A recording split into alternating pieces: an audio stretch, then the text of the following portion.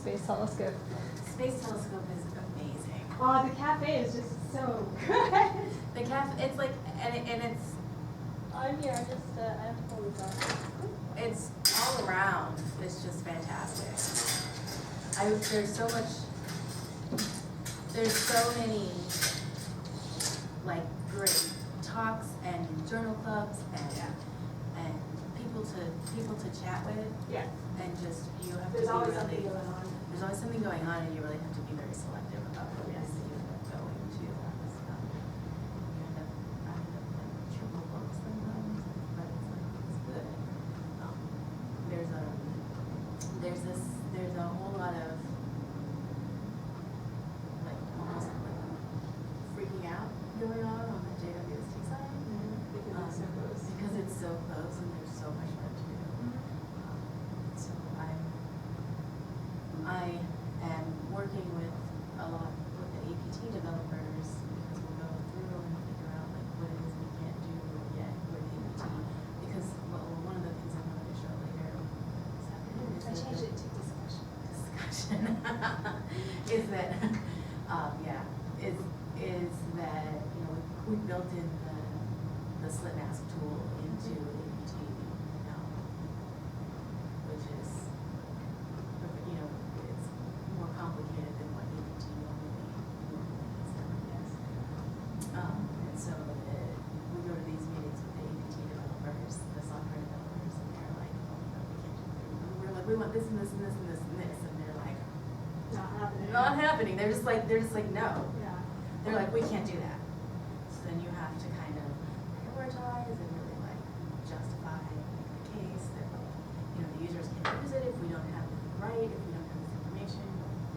So there's it's a back and forth right now to get everything in as much as we want, and the members are pretty.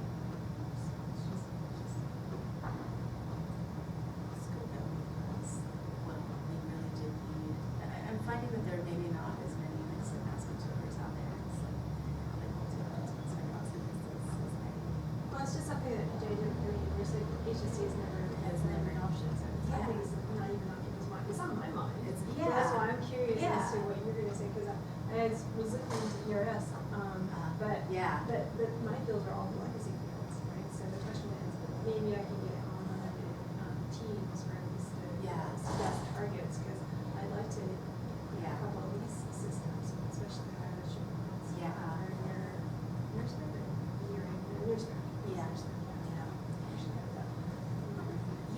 So I think it's there's some trickiness where you need to like think about like science cases, but kind of have in the back, but not be so like set on a specific target. Because there's what I've heard is that there's like the GTOs are going to come out with their list. They're supposed to by February. But then you're gonna be writing a letter of intent by March, which means that there's not a lot of time to like change things. So you kind of have to have your scientists that is independent of your targets.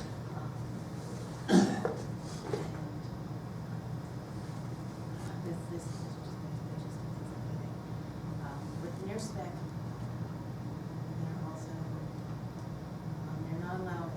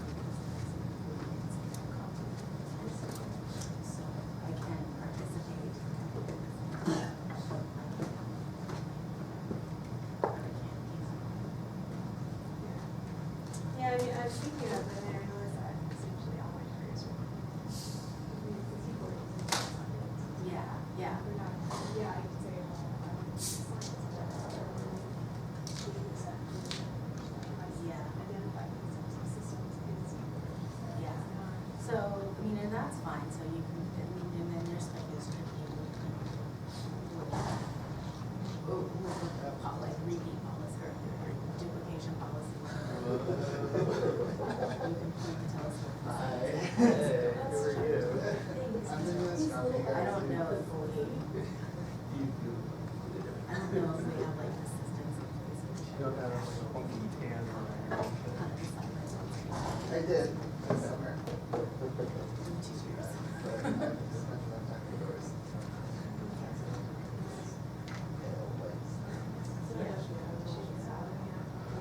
Yeah, I mean, it's good. I think the thing is also to have a conversation too. So this is something actually want to talk to you about what you're doing to facilitate using things to design for observations. If you like look at the tools that we have and you're like, I can't do what I actually need to do, then you need to tell us.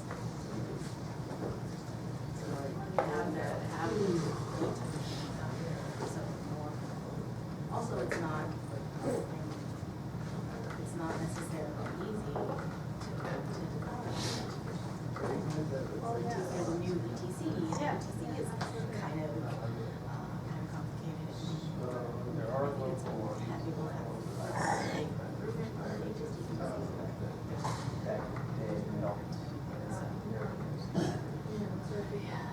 learning curve. So we want to get people, we want to encourage people to get started with learning curve. Well, I mean, the webinars are definitely. Yeah. Yeah. I think so. So I think my idea is to just be very consequences. Yeah.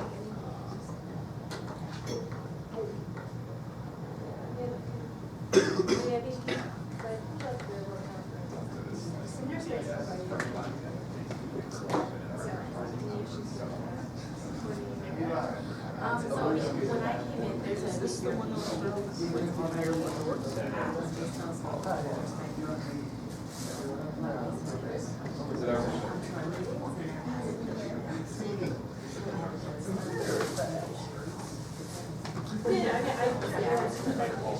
What the expectations are.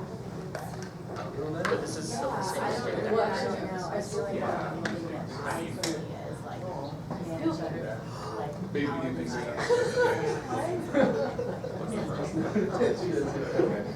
side of things. Yeah, they're saying, you have some fluctuation. This is really weird.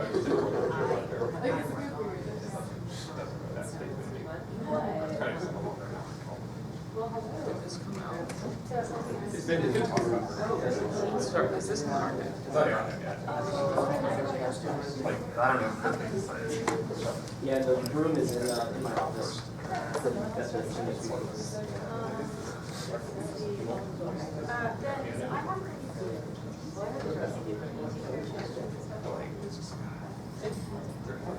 All right, well, thanks everyone for coming. It's my pleasure to introduce Dr. Alaina, who is visiting here to tell us about a variety of topics.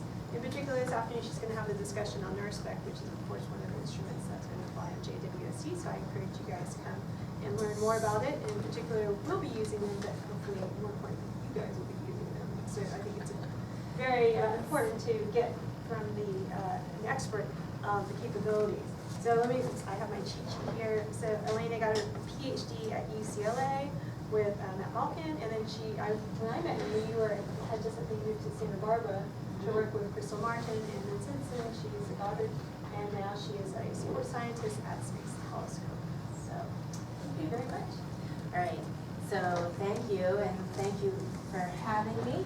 I'm excited this afternoon to talk about NERSPEC and just to go over some of the things I was chatting with Thea about. Is that it's really I would like to talk to you in a more like nuts and bolts kind of fashion about what kind of like really how you're going to plan your observations and write your proposal and submit all your files and documents to like actually make it happen.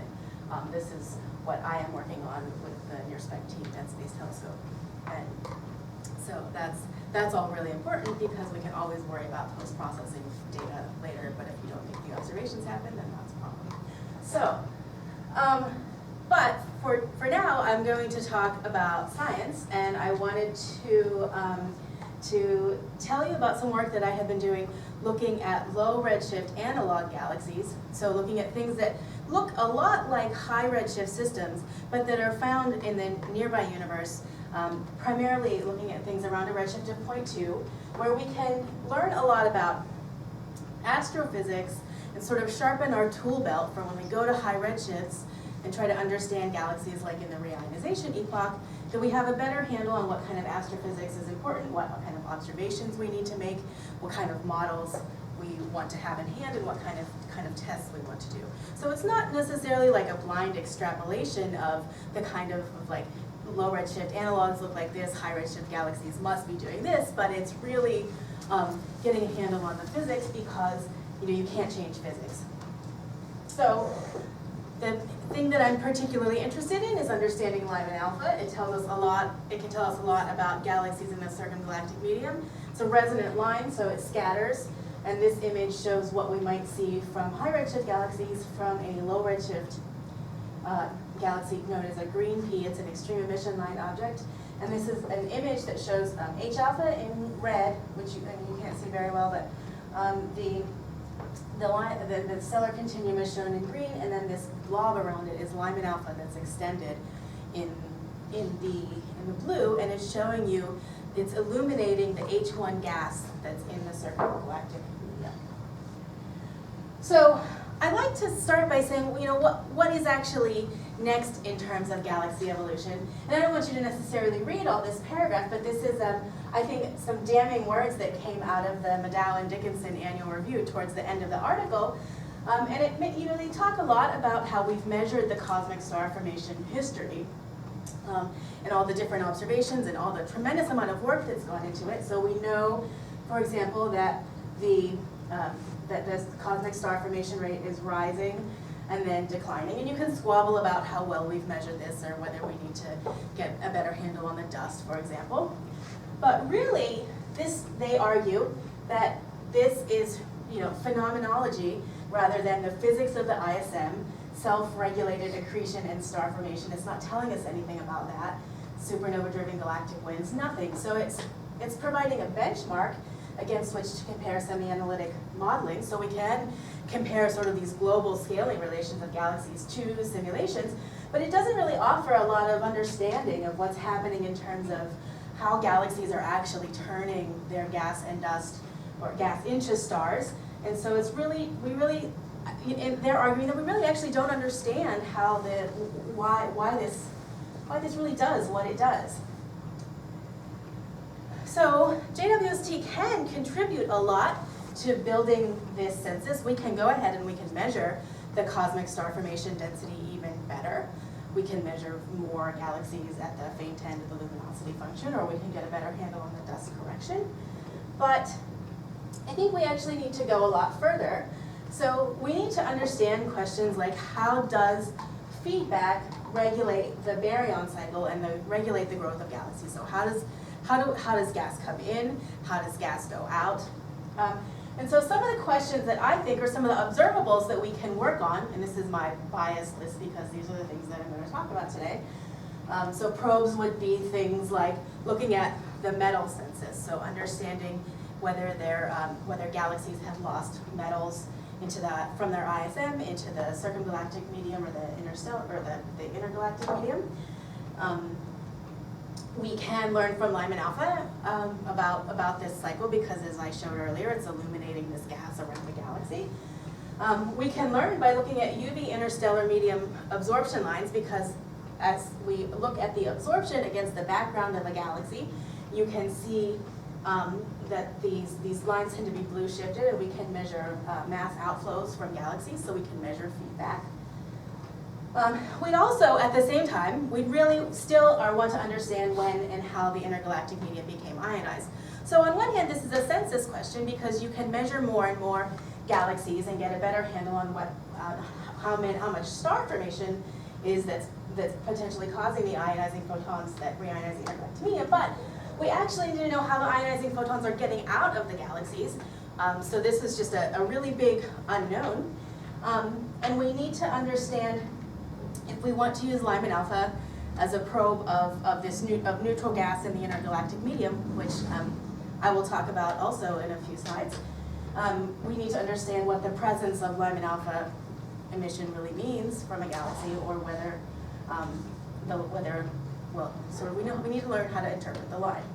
So this is sort of my laundry list of things that we would like to understand about galaxies that we should be focusing on. And so, for example, metals are poorly calibrated, so this is something that we will hopefully touch on today. Lyman alpha is sort of the main focus, and UV absorption lines require high signal to noise, high spectral resolution continuum spectroscopy. And of course, lots and lots of work to do. So the key thing is we need all the spectroscopic tools. This is not so much a question of getting more imaging of galaxies. And some of these questions right now are absolutely best addressed at low redshifts. So I'm sorry these spectra came out so badly. So I'm making the case, as I said earlier, that local laboratories are an interesting sample that we can use to address the high redshift astrophysics. This field was really opened up probably a decade ago now, where Tim Heckman used the SDSS plus GALEX to uncover a population of galaxies called the Lyman break analogs, and they were selected to be UV luminous and compact, and they had all the same properties as the redshift 3 Lyman break galaxies. So this was an important breakthrough, and the great thing is that if you take spectra with the cosmic origin spectrograph on HST, which is a UV spectrograph, you can measure these UV absorption lines that probe the outflowing interstellar medium at high signal to noise and high spectral resolution, and you don't have to stack spectra, which are things that we do not have yet at high redshift. So the low redshift analogs are really fantastic. So the thing that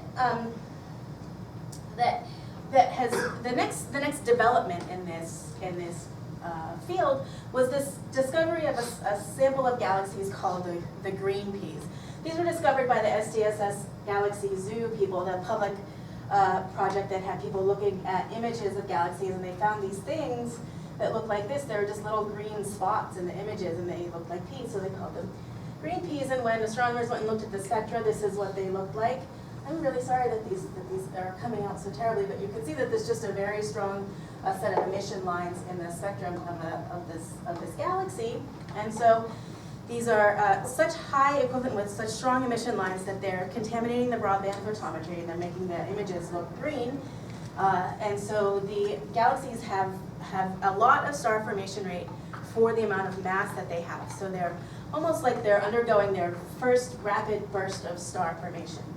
And this is very similar to what we're inferring, or what people are inferring from high redshift populations, where it seems like the broadband photometry is contaminated by emission lines. And so this is an SED fit to a redshift 8 galaxy that's been spectroscopically confirmed, and this point here suggests that you have to put emission lines in your model, and they need to have an equivalent within the order of 700 angstroms combined, which is really high, and this is very similar to the green peas. So this makes the case that these green peas are a really good analog for some slice of the high redshift population that we should be investigating. So I had said earlier that I wanted to focus on Lyman alpha as an important thing that we can study with these galaxies. So I wanted to give you some facts and figures about Lyman alpha and what is it telling us. So the first thing is that it's just the 2-to-1 recombination line in the hydrogen atom. So it's produced in H2 regions. When you have star formation in ionized gas, you have a recombination and you have Lyman alpha. It's a strong line. The Lyman alpha, the intrinsic K-speed recombination is about 8.1. This has been reported incorrectly in the literature for a number of years. This 8.1 in the low density limit, not 8.7. I don't know who to blame it on.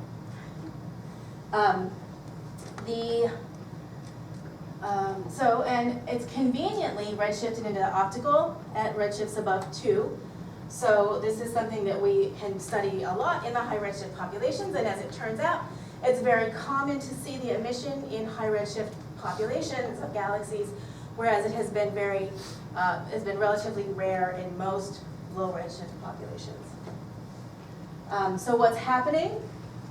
It's a challenging feature, but this is what makes it really interesting. So it's a resonant line, so what happens is it's scattering in all of this H1 gas that sits around a galaxy. So you might have this expanding envelope of the galaxy driving the wind, and you have ionized gas in the middle, so creating an intrinsic profile, and the photons are resonantly scattering, and they're being processed by this gas, and the profile, the spectroscopic profile of the line that you'll see will be modified. So in fact, it'll turn it into a P Cygni profile where you have redshifted emission and emission also at the systemic velocity, and then you'll have flue shifted absorption. So all of what you end up seeing depends on the outflow kinematics, so what's the velocity gradient in this envelope of gas, because if the photons scatter in gas that's moving, then it might get out more easily. Depends on how much H1 there is, because that affects how much scattering there is, and it depends on how much dust there is, because dust will destroy the Lyman alpha photons. And then it depends, things that can affect the H1 or perhaps how ionized the IG or the circumgalactic medium is. And so if you have a lot of gas but it's all ionized, then the H1 contents will be low. Or if you have like holes in the H1, then the Lyman alpha photons might just be able to just come right out. So you actually see quite a lot of variety in Lyman alpha and high-redshift galaxies. These are stacked spectra from Alice Shapley's work from several years ago now, and there's 4 stacks here that show weak Lyman alpha. So there's some emission and a lot of absorption, and then going up to having strong Lyman alpha. So there's a lot of information there, and we need to learn how to interpret it. So why do we actually need to learn how to interpret this? Why can't we just use other diagnostics for galaxies? And the first thing I would like to point out is that line-based searches for galaxies, if you're doing narrowband imaging, you can find things that you might miss in other ways. This is actually an example, though, where we use blind spectroscopy. So we targeted galaxies spectroscopically instead of with, we looked, I don't want to go into all the details of this because it's a whole other talk, but we found galaxies by doing spectroscopy without having any imaging and just targeting sort of like blank slits on the sky, and found a lot of Lyman alpha emitters, and they turned out to be very faint this way because it's optimized for finding faint lines. And so these are some Lyman alpha emitters that we found with work from Alan Dressler, and then some others that I published in 2012. And you can measure the luminosity function, actually the faint end slope of the luminosity function, because you're optimized for finding faint galaxies, and you can find objects that are very important for the reionization of the intergalactic medium because we're pushing down the luminosity function. So you may have seen plots kind of like this where you show a cumulative luminosity density. This is a cumulative luminosity function, so you're sort of going fainter and fainter and measuring the Lyman alpha luminosity. And then if you associate that with the star formation rate, you can come up with sort of various thresholds for how much star formation is necessary to reionize the intergalactic medium. So this is, we're able to go fainter. That's the key thing by using Lyman alpha. So the other thing is that it can tell us about the intergalactic medium. So there's a known observation now where Lyman alpha is less common as you go above a redshift of 6 or so. So this plot just shows the probability of Lyman alpha emission as a function of, in Lyman brain galaxy populations. And there's 2 different luminosity bands here shown by the red and the black points.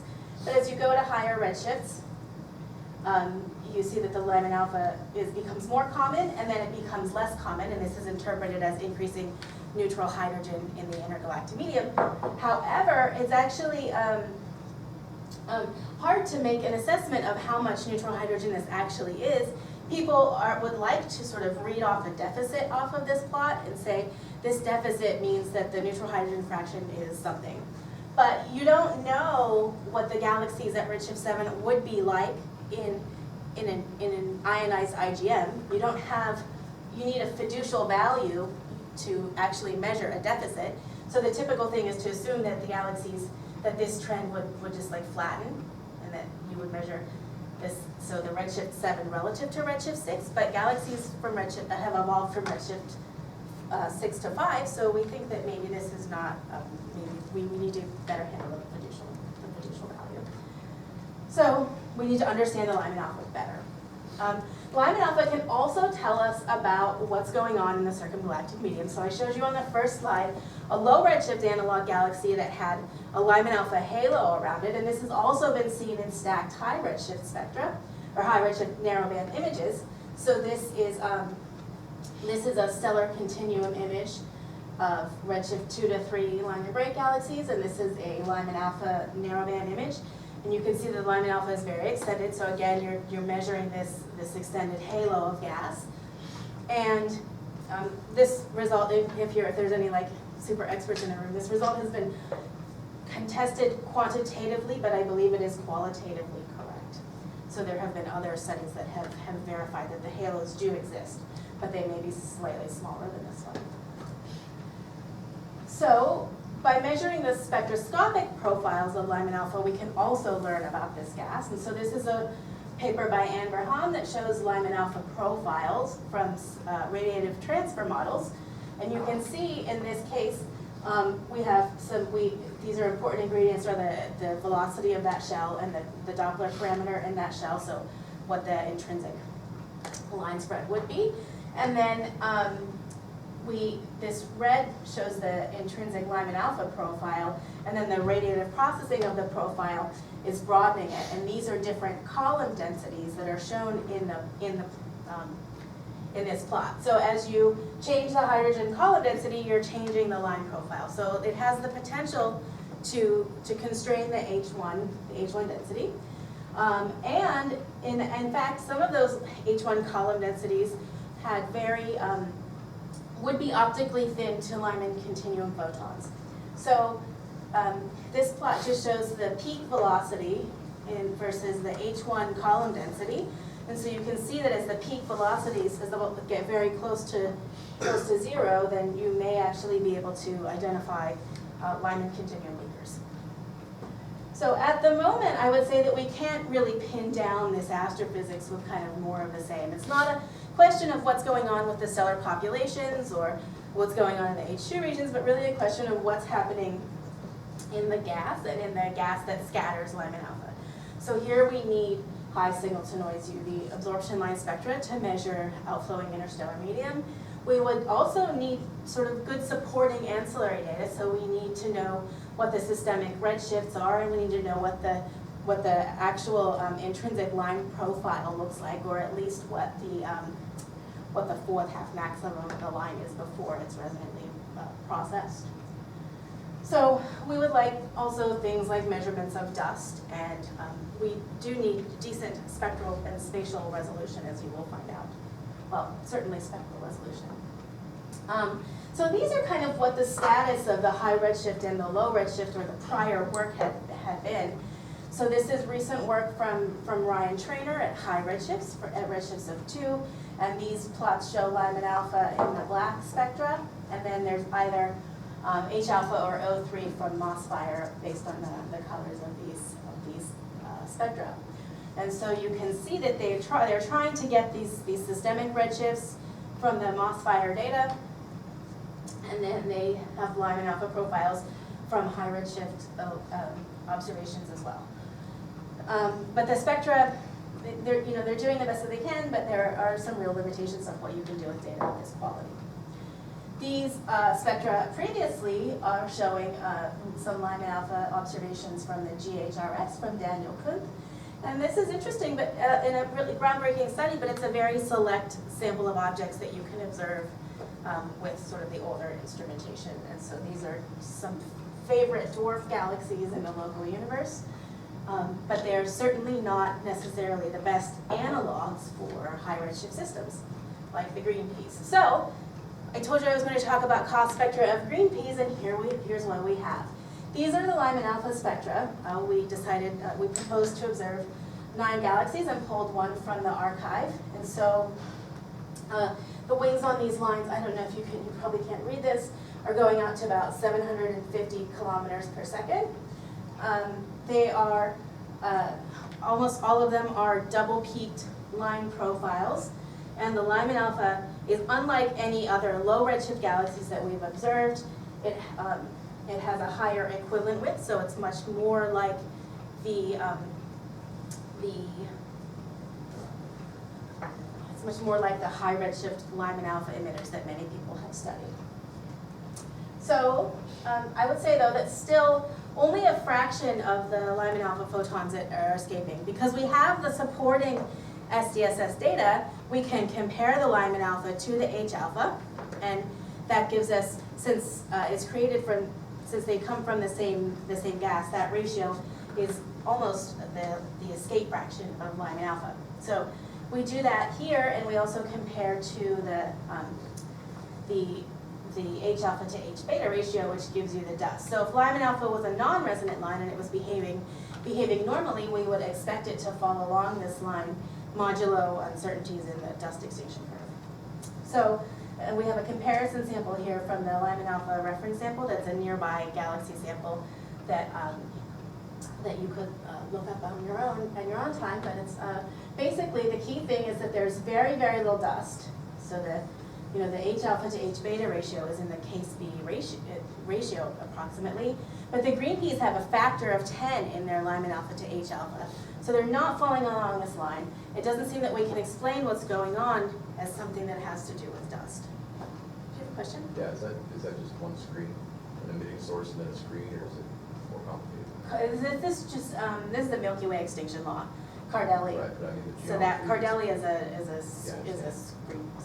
Yeah, I know what Cardelli is. Okay. What I'm asking is the geometry of what you're showing here, an emission source with the screen, or with the emission all mixed in with the extinction, or something more complicated than that? Well, the only geometry comes in the extinction law. Where the extinction is also matters. That's right. But if you plot it, I could plot like Calzetti on here or something, and it would look a little bit different, but not that much. I'm sorry.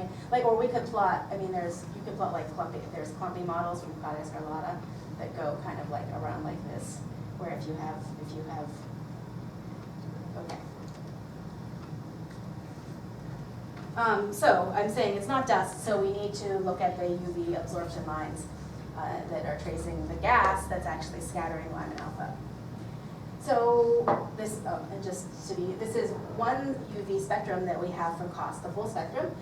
So there are a number of low ionization lines here, like carbon-2 and silicon-2, and there's even some Lyman series absorption lines. So that is where we're going with this. So these are carbon-2, I believe, line profiles from our sample. One of the objects does not cover carbon-2, but the rest of them do. And you can see that there's actually, there are these absorption lines here in the spectra that trace, and these are low ionization lines, so they are tracing the H1 gas primarily. So we can use metals as a proxy for H1 to understand what's going on in the kinematics of that gas. So that's where we go, and we are looking then at whether a Doppler shift imposed by scattering in gas that is moving will allow the Lyman alpha photons to get out more easily. So we measure that outflow velocity from the centroid of those absorption lines, and we compare that to the escape fraction, which is more or less the Lyman alpha to H alpha ratio. It's just in different units here. And in this case, it doesn't matter that much because there's not very much dust. So what we see is that there's no real evidence of a correlation in our sample. So that does suggest that it's not driving the trends that we see. However, the two cases where we actually have some of the highest escape fractions, we don't detect the low ionization lines. And so we can't test this idea that the scattering is in outflowing gas is helping the Lyman alpha out for those objects. So there is no correlation, but we can also sort of put this together with some other data that people have taken. There's a project I mentioned earlier called the Lyman alpha reference sample, looking at some other nearby galaxies, and they see a similar thing where there's no real trend except for the fact that galaxies that don't have outflows do not seem to have Lyman alpha in emission. So it may be the case that Lyman alpha needs an outflow to escape, but it's not sufficient to explain the wide variety of escape fractions that we see. So and all of the green peas, as far as we can tell, have outflows, because even though we don't see them in these galaxies, In the low ionization lines, they're there in the high ionization lines. So the next thing we want to ask is whether the Lyman alpha is potentially getting out through holes, since so far we have not found a plausible explanation for the range of profiles that we see. So this shows sort of the model that people have favored. This is the idea that there are sort of clumps in the gas that are blocking some of the starlight, and they will block some of the Lyman alpha photons and some of the Lyman continuum photons. This is what we see when we look at the UV spectra of high-redshift galaxies. These are stacked spectra, and what you see that the lines are actually saturated because they compare lines with different strengths that should have different depths in their absorption profiles, but they don't. So they say this means that the lines are saturated, but they don't cover the whole source, and so you have these metal absorption lines coming from clumps, and then you have residual star formation that leaks through that makes there's still like flux in the bottoms of the lines. So this, then when you measure the equivalent width of these low ionization lines, it's really just measuring this covering fraction. So this is work that was done by Alice Shapley, and it showed that this equivalent width, or covering fraction, if you will, is correlated with the Lyman alpha equivalent width in redshift 3 Lyman break galaxies. So this is telling us, or suggesting, that the Lyman alpha is coming out through these holes. So we wanted to look at this with our data, and we've done it here. So comparing, for the case of the silicon 21260 line to the Lyman alpha, and we don't cover necessarily the same equivalent width range as the low redshift stacks, but we do qualitatively agree with the overall trend. And of course, our data show more scatter because we didn't stack them. And we see a similar trend if we look at the escape fraction instead of Lyman alpha, but then we can't compare to the low redshift, the high redshift studies because they don't have escape fraction. We see similar trends as well if we look at other ions. So the trend is more or less confirmed. But there's a problem, because if we actually look at the Lyman series lines, instead of using metals as a tracer for H1, we can actually look at the H1 in absorption directly, which is not typically done at high redshift because these lines are in the Lyman alpha forest. So these show profiles in Lyman beta, except for a couple cases where there's some Lyman gamma.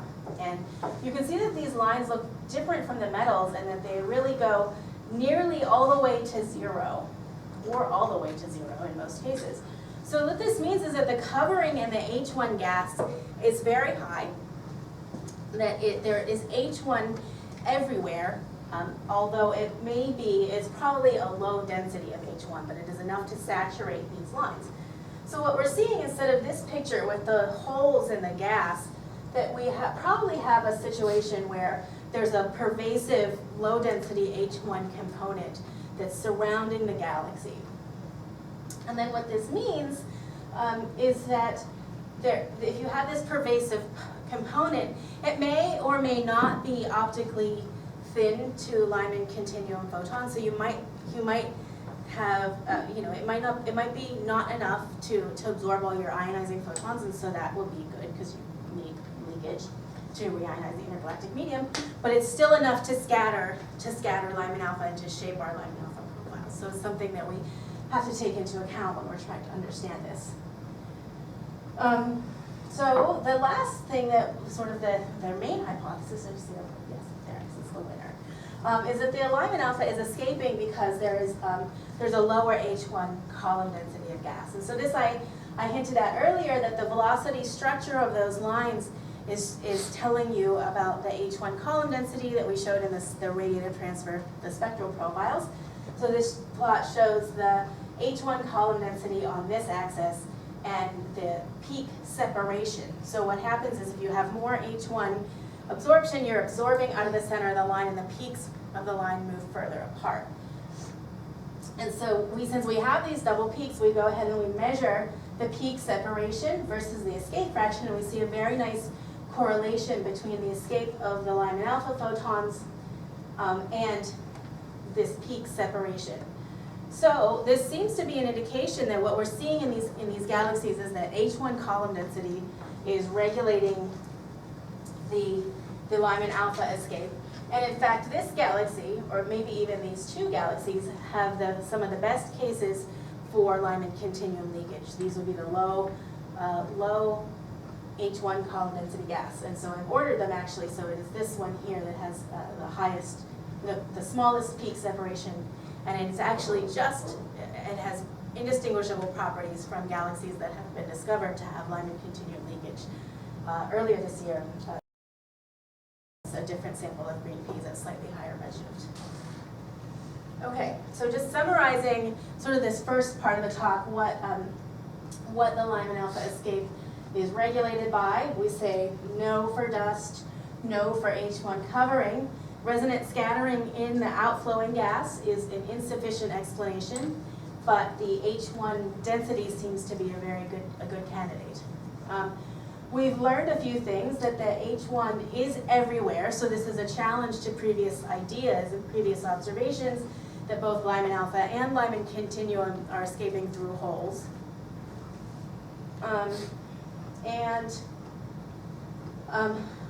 We find evidence that these galaxies, all of them actually have low density, because in order to have blue emission in the Lyman alpha line, you need to have a low H1 column density.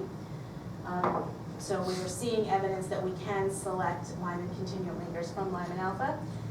We've learned some things about spectral resolution and the kind of observations that you need. Something better than 100 kilometers per second is what we have, and that seems to be more ideal because the peak separations are actually smaller than some of the observations that have been done at high redshift. There are real variations in the metal lines. Some of the galaxies have very weak metal lines, and some of them have strong ones. So we're seeing by observing individual galaxies, we're able to see signatures that are erased in stacking, and that happens at high redshift. And we see some scattered emission from fine structure lines, but I didn't have time to talk about that. We could, if anybody is interested in that, I'm happy to talk about it later. And of course, the H1 Lyman series has been very, very powerful on this. So those are some lessons learned.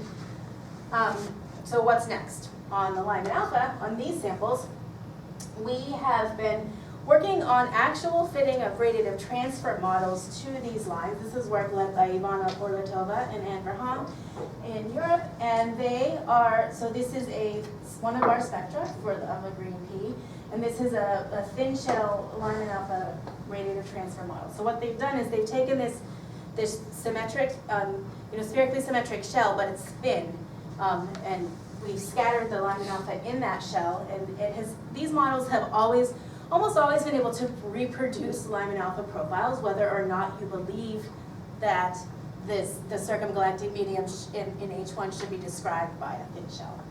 They always seem to work. In this case, however, they don't work. What we're finding is that, though, you need the high fidelity of the ancillary data. You need to actually know what the redshift of your source is. You need to know what the actual full width half maximum of the line is. So when we fix those things, so with the sort of intrinsic profile and the intrinsic strength and the intrinsic redshift of the line, and then process it through the radiative transfer model, you can't actually fit the data. So it's telling us probably, hopefully, that we've finally broken the thin shell model. So now we are starting to work on more realistic radiative transfer models, and I wish that I had something to show you on this, but it's still work in progress. But what we're doing is we're taking zoom-in simulations, or actually even just idealized simulations of halos that are made with the Ramsey's simulation. This is led by Jeremy Blazeau. And we are putting the radiative transfer into the adaptive mesh. So instead of just doing these thin shell things, we're actually able to do radiative transfer in a realistic circumgalactic medium. And then we can add, so I'm leading the effort to do mock observations of these, where we can put in the effects of spectroscopic apertures, signal to noise, spectral resolution, and orientation effects. So we can see if the Lyman alpha profiles make sense, but we're also at the same time doing the same thing with metals, because the metals are actually also resonant. Not to the same degree as Lyman alpha, but they're also resonant, and they do scatter, and they do fill in the absorption. So we're doing them at the same time, and we should be able to test if the observations can produce UV spectra of galaxies. Can they make can you actually make the correlations between Lyman alpha and metal lines that have been seen in studies including ours? So this is exciting, so stay tuned. So in the longer term, of course, is that with JWST, a lot of people are going to try to do Lyman alpha in the reionization-epoch because they think that it's telling, well, we think it's telling us about the ionization state of the intergalactic medium. But we still really have a lot of work to do to figure out what the physics is that's underpinning this Lyman alpha escape. And I think for this, the post-reionization era, redshifts 2 up to 6 will be really key because we can study galaxies that are still at cosmological distances, and we can understand whether the tools and the ideas that we're building on the low redshift samples are going to are applicable at sort of more distant scales. So this, of course, is something that requires not just JWST, but big glass on the ground. So this means TMT, GMT, ELT to get the UV spectra. So this together we could do studies like what I've just talked about today. Okay. So, and of course, studies like that are going to do a lot of other important things, including studying metallicities of galaxies, which is something that I'm going to talk about next to round out my time. And this is still the green peas because they can tell us a lot about what's happening in more extreme star-forming environments that are more applicable to high redshifts. So the reason that we want to study metallicities is that, again, it's telling us about this physical process of feedback of gas coming in and gas going out and regulating star formation. So what you're seeing, and this is an illustration that came from the COS Halos project that shows a galaxy that has outflows and inflows and gas recycling. So how is metallicity affected in each of these cases? So if you have a pristine gas that comes into the galaxy, it will dilute the metallicity, but it will fuel star formation and increase the metallicity. So it's a sort of a twofold process. Then outflows at the same time will slow down the star formation, which will slow down the production of metals, and it will remove gas from the galaxy that may be preferentially enriched relative to the interstellar medium. And all of this comes hand in hand with gas recycling, so some of the gas that goes out will eventually come back in and fuel more star formation. So all of these processes, though, they depend on mass and gravity, of course, and this should all be evolving with redshift, because we think that outflows evolve with redshift and inflows evolve with redshift. And so the basic idea is that you could actually sit down and write a set of differential equations to model each of these boxes, or you could use simulations, which are also good. So locally, this all manifests itself in the form of something called the mass-metallicity relation. This is work that's highlighted by here by Christy Tremonti from the SDSS that shows some 50,000 galaxies that have as a function of mass here and metallicity here, and there's a nice correlation. You might be able to take this, get rid of all those boxes on the previous slide and make a closed box model and still predict something that looks similar to this, but the slope would be actually incorrect. So the outflows are really the favorite explanation for why this relation looks the way that it does.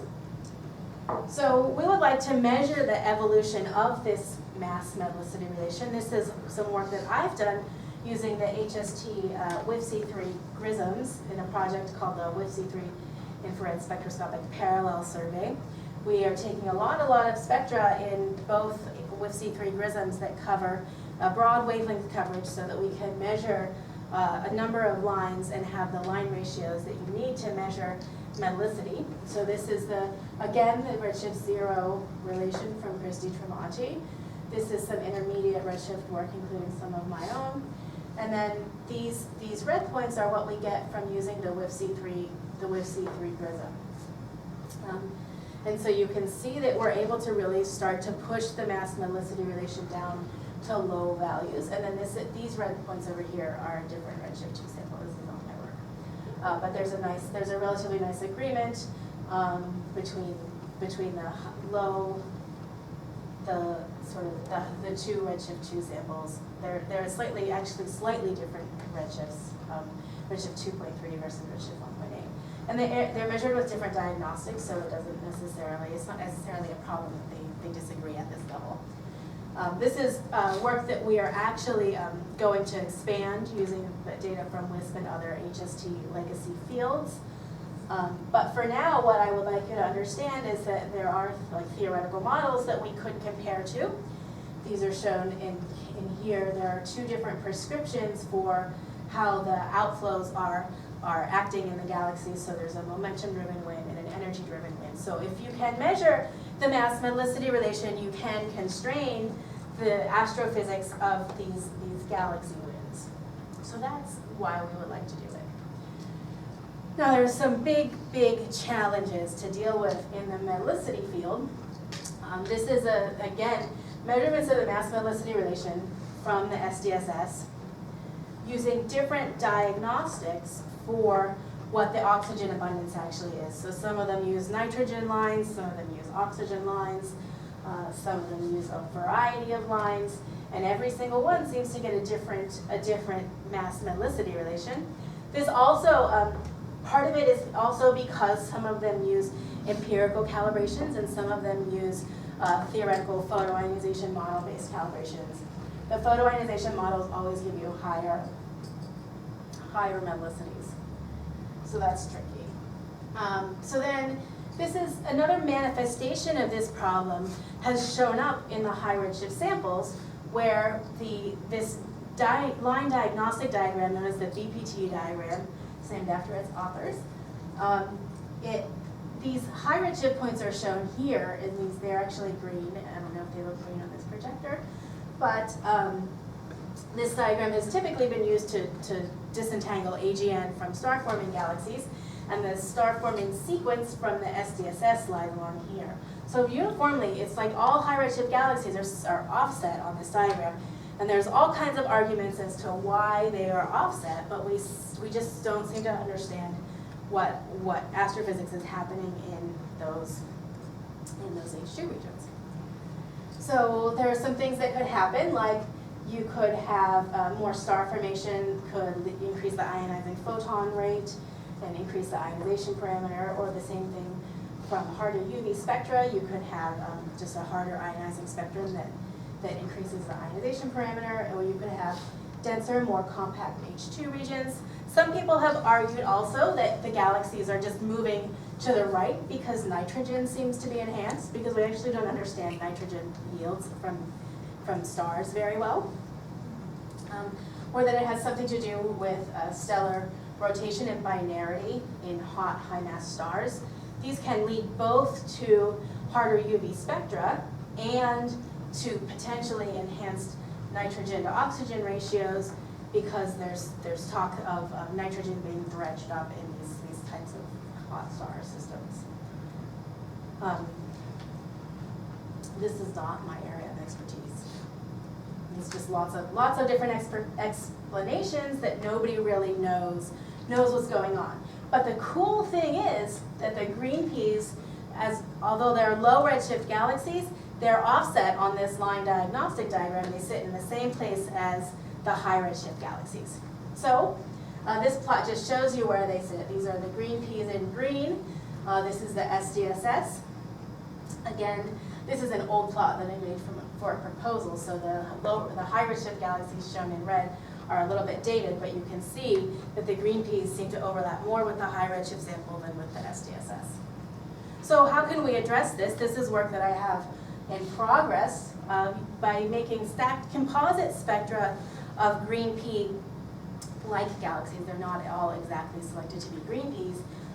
We can detect a lot of really faint emission lines that have an important diagnostic potential, and we can address a lot of these questions as to what's going on. So we have multiple electron temperature diagnostics, so we should be able to measure very good metallicities. So there's some lines here called the oxygen 2, 7320, 7330 lines that are auroral lines of oxygen 2. So you may have heard about using the oxygen 3 4363 line to measure electron temperature in oxygen 3, but you also would like to have it in oxygen 2. This is a nitrogen 2 auroral line. This is a sulfur 2 auroral line, so you can measure, and there's a sulfur 3 line here, so there's 5. There's 5 electron temperature diagnostics in this spectrum. There's a nebular helium 2 4686 line. That requires a hard ionizing spectrum. It has a high ionization potential, so it can give you a sense of how hard your UV spectrum is. There's some density diagnostics that we are exploring, trying to use from chlorine 3 and argon 4. If you're looking at sort of more dense regions of the inner stellar medium, you might be able to detect different densities or different phases of the gas. Well, not phases, but just different densities in the extra regions. And so we can create subsets of the BPT diagrams. We can divide this into subsamples and make stacks based on the location in the BPT diagram and look at whether something like N to O is a problem. So this is part of the work that we're doing now is to take these green P galaxies, and in this case I have made stacked spectra and measured the nitrogen to oxygen ratio and the oxygen abundance with relatively high precision in these stacks. And so what we're seeing here in this plot is, so the N to O is color coded, so you can see as you move to the right in this BPT diagram, the N to O, the nitrogen does get stronger. So it could argue that maybe the nitrogen is a problem, the galaxies are being pushed to the right because there's more nitrogen. However, we also plot the symbol size as representing the oxygen to hydrogen ratio, the metallicity of the gas. And so what you're seeing here is that the symbol size also gets to be bigger as you're going to the right. So both the nitrogen to oxygen and the oxygen abundance seem to be elevated as you move to the right. And there is a known correlation between between metallicity and nitrogen to oxygen ratios. So it seems like we might just be detecting that relation on its own and not necessarily seeing an enhancement. But the actual comparison is work that we have that's still in progress. So I'm ready to go ahead and put up my conclusions, and mostly the main conclusions would be the results from the Lyman alpha that we have actually finished the work on. So we're seeing evidence that the radiative transfer models are not working. The Lyman alpha can't be getting out through holes, and the Lyman continuum might not be getting out either. I didn't have time to talk about, but we're actually making progress looking at the wings of the lines, because we see wings in the SDSS spectra, and we have some new high-resolution optical line spectra that we can compare the wings of H alpha to the wings of Lyman alpha and see if there's maybe some in situ Lyman alpha production. I didn't have time to talk about that, so if anybody's interested, I can talk about it later. And we're certainly establishing connections between Lyman alpha and Lyman continuum. But I think the key thing is, we're breaking models and we're disproving some of the assumptions, and we're coming up with new ideas, and we're testing things in ways that we couldn't do before at High-Redshifts. And I hope that this will pan out to be similar for studies that use the green P's to address metallicity